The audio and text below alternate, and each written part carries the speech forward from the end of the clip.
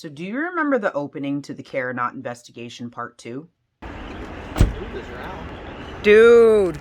So what probably prompted him to say something like that to me is because amongst my friends, I'm known to have strange encounters with owls. And so before I go on, please like and subscribe to the channel. It helps the channel tremendously. It helps to bump us up higher in the ranks and allows other people to stumble onto this channel and gives us the opportunity to spread our information, spread our crafts, spread our artistic, ways of doing our paranormal investigations. I don't know. Spread the strange. Spread the strange around. Spread the channel around. Thank you for all of your support. On with the show. I'd say this started about 4-ish years ago. An owl decided it wanted to start serenading me by landing on my roof and screeching extremely loud for days on end, actually for months on end. That bird had been pretty heavy too, because I could hear it marching across the roof, and it would do it just above my room. So we lived in a 3,000 square foot house, and my roommate at the time lived on the other side of the house.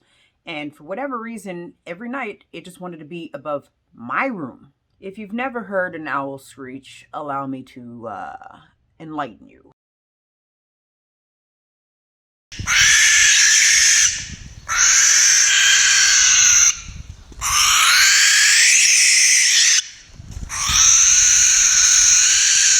Imagine waking up to that coming from off the top of your house every night. Yeah, they do that when there's a sign of danger.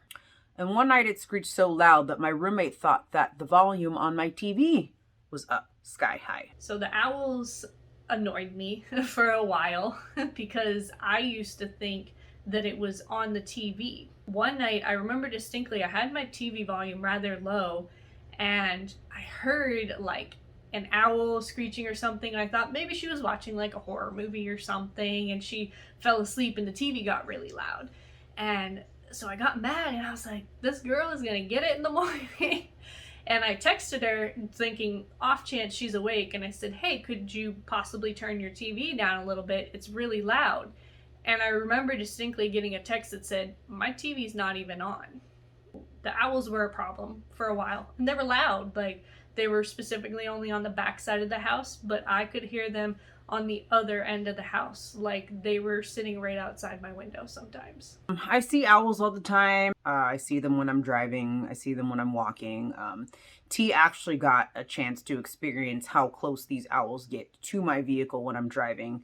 And she experienced this pretty much right after I had told her that I might be stalked. By owls. I know that's a very crazy thing to tell a person, but also it's actually pretty cool when the person that you just told experienced exactly what it was that you're talking about, so you don't seem so crazy anymore. Rewind to last year, I probably had the strangest encounter I've ever had with any of these majestic creatures. So I was laying in my bed. I was just browsing on my phone, just basically waiting to fall asleep. And I had the windows open. So I had noticed this big bird just kind of swoop through and up, past my window, and it landed on the roof. I could hear this thing. And so what it decided to do next was it flew off the roof and then circled back around and basically tried to fly into my room. It tried to fly into my room. The only thing that stopped this bird from getting into my room is that I think it noticed that the window was there kind of at the last minute because it was looking dead at my face. But then it did one of these things where it tried to like stop, before it hit the glass. But I was in awe. Like, I'd never seen anything like that in my life. So I press record on my phone to see if I could catch it doing it again, because I had been complaining, I'd say at that time, I don't know, for at least the past 2 years about being stalked by owls. And then finally I had my moment to be able to catch it on film. So I broke out my phone, pressed record, and I waited by my window to see if it would do it again. It didn't try to fly into my room again, but it kept pacing, flying back and forth past my window. There was an owl that just flew on my my roof, then flew off, and then flew smack dab into my window, and then flew past my window again. I'm trying to see if I can catch it. If it'll even go past again. That was so fucking weird.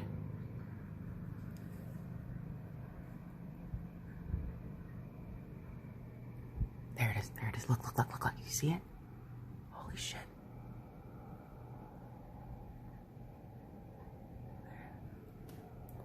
You see?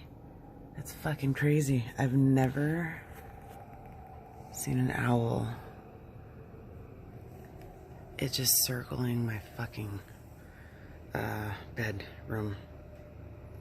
I'm gonna stand here and see if it'll fly into my window again. So sometime later on last year, some friends and I decided to take a ghost tour. And so during that tour, we ended up at Pioneer Park. Pioneer Park was once a cemetery. There's bodies buried underneath Pioneer Park. They moved all the headstones to the graves, but decided not to move the bodies. There are some of the grave markers and tombstones on the edge of the park, but majority of the bodies that lay underneath Pioneer Park are still present. Awesome, right? So as we're doing this tour, we hear a bunch of hooting, you know, from an owl that's in one of the trees. Pioneer Park has a lot of nice, tall, beautiful eucalyptus trees. And so as the tour was coming towards an end, I'm walking and all of a sudden I just happened to look up and there was the owl. So the thing that was tripping everybody else out is that I was literally the only person that could see this owl, and my eye went straight to it. So T decided to break out her phone, and she's holding up her phone with the camera and she's telling me, you need to show me and zoom in because I can't see this thing. And so I'm zooming, I'm pointing, I'm zooming. She's like, where? Finally, I was able to zoom it in close enough for her to see. Even the tour guide was kind of tripping out at the fact that I saw it. And he was just like, you know, like, how did you manage to see that thing? And I was just like, well, I'm pretty sure I saw the owl because it wanted me to see it.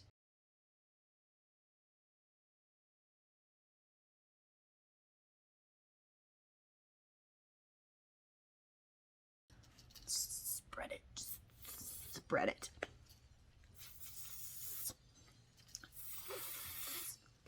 Spread it.